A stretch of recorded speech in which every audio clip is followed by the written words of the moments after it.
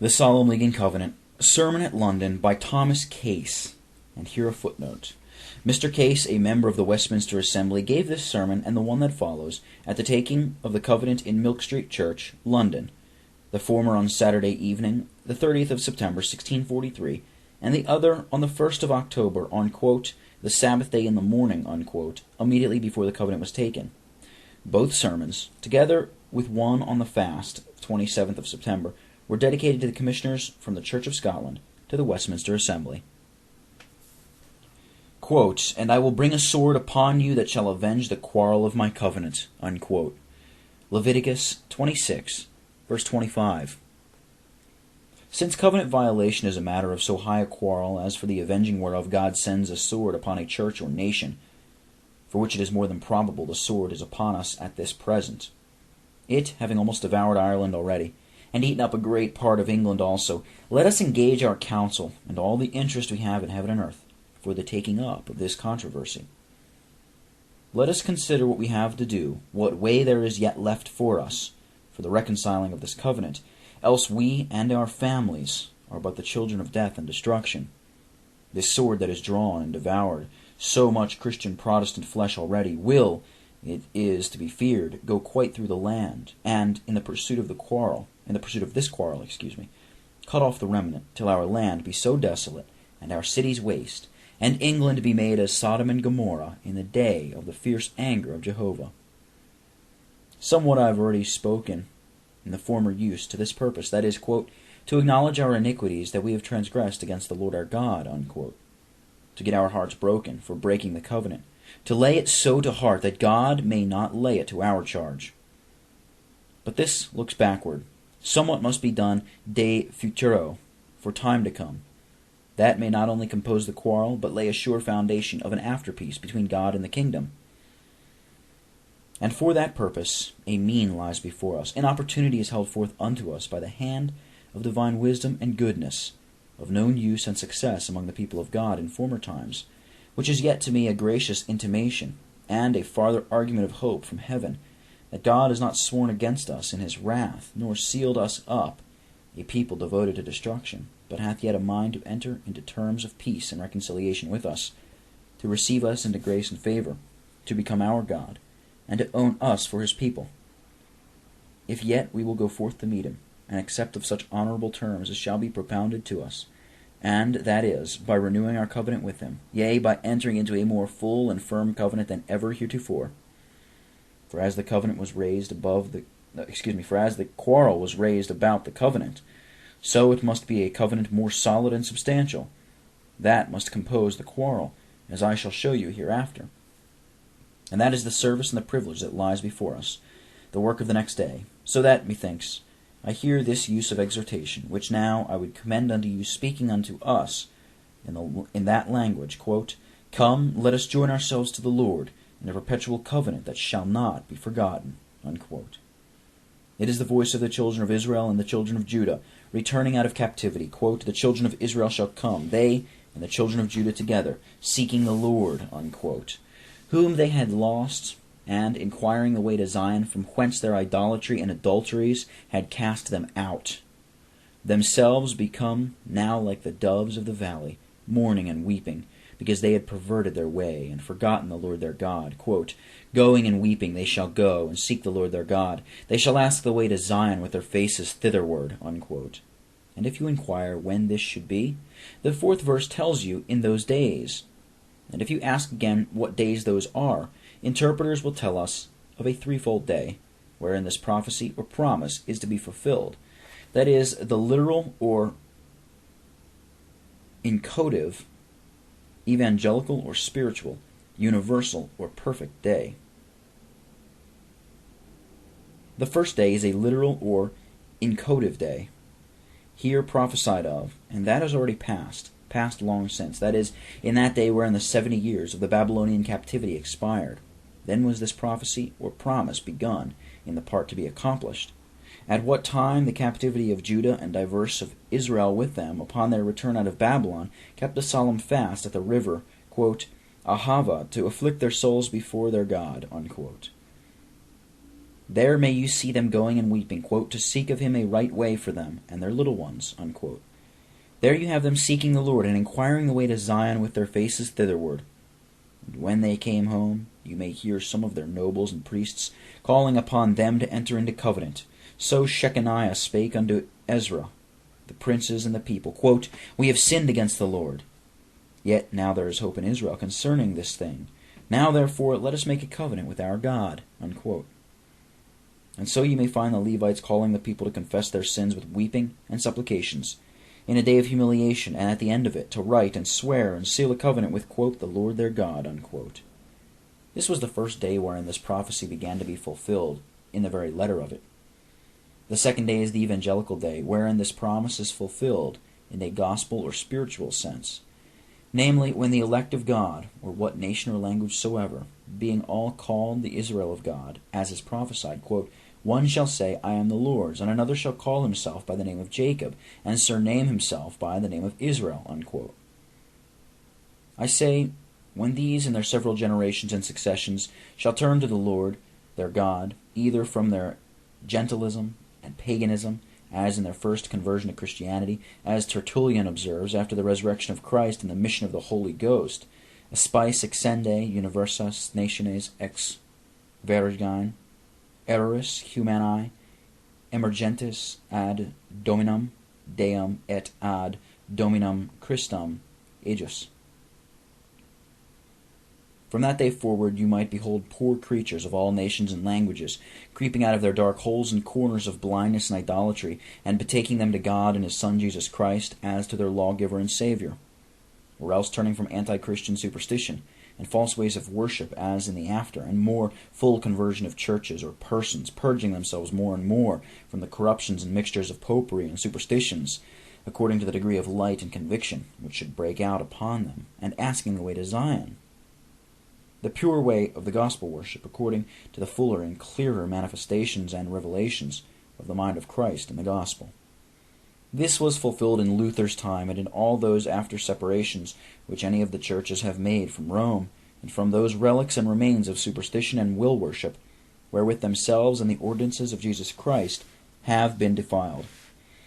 The third day wherein this prophecy or promise is to be made good is that universal day, wherein both Jew and Gentile shall be converted unto the Lord, that day of the restitution of all things, as some good divines conceive, when, quote, 10 men out of all languages of the nations shall take hold of the skirt of him that is a Jew, saying, We will go with you, for we have heard that God is with you, unquote. And to what purpose is more fully expressed in the former verses, answering the prophecy in the text, quote, Thus saith the Lord of hosts, It shall come to pass, that there shall come people and the inhabitants of many cities, and the inhabitants of one city shall go to another, saying, Let us go speedily to pray before the Lord, and to seek the Lord of hosts. I will go also. Yea, many people and strong nations shall come to seek the Lord of hosts in Jerusalem, and to pray before the Lord. Unquote. This I call the universal day, because as you see, there shall be such an abundance of confluence of cities, and people, and nations, combining together in an holy league and covenant to seek the Lord, and a perfect day, because the mind and will of the Lord shall be fully revealed and manifested to the saints concerning the way of worship and government in the churches. The New Jerusalem, that is, the perfect, exact, and punctual model of the government of Christ in the churches, shall then be let down from heaven, quote, the light of the moon being then to be as the light of the sun, and the light of the sun sevenfold as the light of 7 days, in the day that the Lord bindeth up the breach of his people, and healeth the stroke of their wound. Unquote. But what hath been spoken, you may perceive under which of these days we are, past indeed the first, but not yet arrived at the third day, and therefore under the second day, that evangelical day, yet so as if all the 3 days were met together in ours, while it seems to me that we are upon the drawing of the third day, and this prophecy falling so pat and full upon our times, as if we were not got beyond the literal. A little variation will do it. The children of Israel and the children of Judah, Scotland and England, newly coming out of Babylon, anti-Christian Babylon, papal tyranny and usurpations, in one degree or other, going and weeping in the days of their solemn humiliations, bewailing their backslidings and rebellions, to seek the Lord their God, to seek pardon and reconciliation, to seek his face and favor, not only in the continuance, but in the more full and sweet but in the more full and sweet influential manifestations of his presence among them, and to that end, asking the way to Zion with their faces thitherward, that is, inquiring after the pure way of gospel worship, with full purpose of heart, that when God shall reveal his mind to them, they will conform themselves to his mind, according to that blessed prophecy and promise, quote, "He will teach us of his ways, and we will walk in his paths," unquote. And that they may make all sure, that they may secure God and themselves against all future apostasies and backslidings, calling one upon another and echoing back one to another, quote, "Come, let us join ourselves to the Lord in a perpetual covenant that shall not be forgotten," unquote.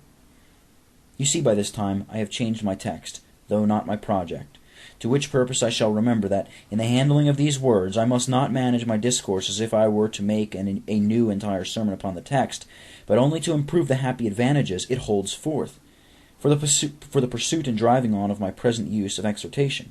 Come, let us join. To this end, therefore, from these words I will propound and endeavor to satisfy these three queries. Number 1, what? Number 2, why? And number 3, how?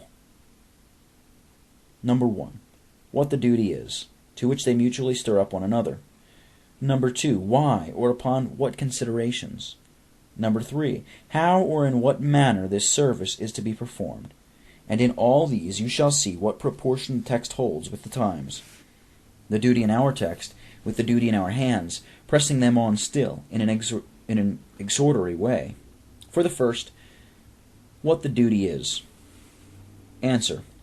You see that in the text it is to join themselves to the Lord by a solemn covenant, and so is that which we have now in our hands, to join ourselves to the Lord by a covenant.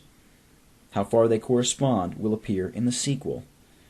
This is the first and main end of a covenant between God and his people, as I have showed you, quote, to join themselves to the Lord, the sons of the stranger that join themselves to the Lord, and take hold of his covenant, unquote. This, I say, is the first and main end of the covenant in the text. The second is subordinate unto it, namely, to inquire the way to Zion, that is, to inquire the way and manner how God would be worshipped, that they might dishonor and provoke him no more by their idolatries and superstitions, which had been brought in upon the ordinances of God by the means of apostate kings and priests and prophets, as in Jeroboam's and Ahab's reigns, and for which they had been carried into captivity. And such is the covenant that lies before us, in the first place, as I say, to join ourselves to the Lord, to be knit inseparably unto him, that he may be our God and we may be his people. And in the next place, as subservient hereunto, to ask the way to Zion, to inquire and search by all holy means, sanctified to that purpose, what is that pure way of gospel worship, that we and our children after us may worship the God of spirits, the God of truth, in spirit and in truth. In spirit opposed to carnal ways of will worship and inventions of men, and in truth opposed to false hypocritical shows and pretenses, since the Father seeks such to worship him. Now, that this is the main scope and aim of this covenant before us, will appear if you read and ponder it with due consideration. I will therefore read it to you distinctly this evening. Besides the reading of it again tomorrow, when you come to take it, and when I have read it, I will answer the main and most material objections which seem to make it inconsistent with these blessed ends and purposes. Attend diligently while I read it to you. The covenant was then read.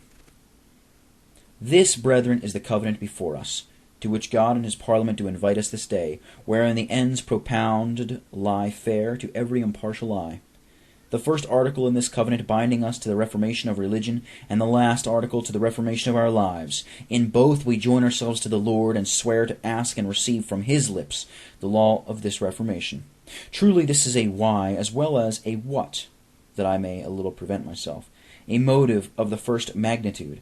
Oh, for a people or person to be joined unto the Lord, to be made one with the most high God of heaven and earth, before whom and to whom we swear, is a privilege of unspeakable worth and excellency.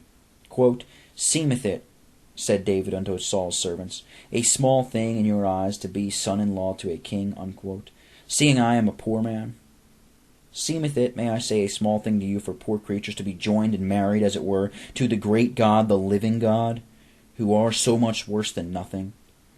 By how much sin is worse than vanity? Yea, to be one with him as Christ saith in that heavenly prayer of his, as he and his Father are one, quote, that they may be one, as thou, Father, art in me, and I in thee, that they may also be one in us, unquote. And again, quote, that they may be one, even as we are one, unquote. Yea, perfect in one, not indeed in that perfection of that unity, but in unity of that perfection, not made perfect in a perfection of equality, but of conformity. This is the fruit of a right-managed covenant, and the greatest honor that poor mortality is capable of. Moses stands admiring of it. You may read the place at your leisure, but against this blessed service and truth are there mustered and led up an whole regiment of objections under the conduct of the father of lies, though some of them may seem to have some shadow of truth, and therefore so much the more carefully to be examined. I shall deal only with some of the chiefest commanders of them. If they be conquered, the rest will vanish of their own accord.